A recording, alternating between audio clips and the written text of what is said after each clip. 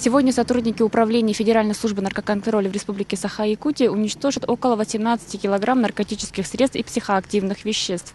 Все они проходили по уголовным делам, приговоры по которым уже вступили в законную силу. Среди наркотических средств героин, марихуана, гашишное масло и синтетические вещества, а также психоактивные вещества, как спайс. Сотрудники спецназа уничтожают в печи все эти улики. Это происходит ежеквартально. Мы находимся на уничтожении наркотических средств, являвшихся вещественными доказательствами по 59 уголовным делам, приговоры по которым вступили в законную силу.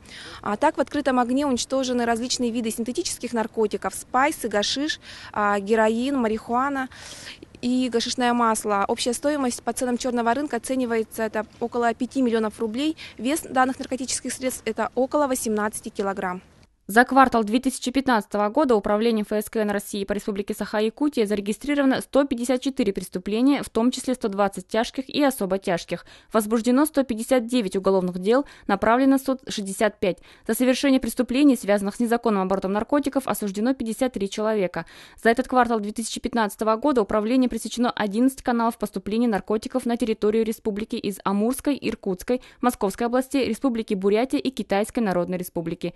Надежда Ефимова, Иван Тайтонов, ЯСЯ.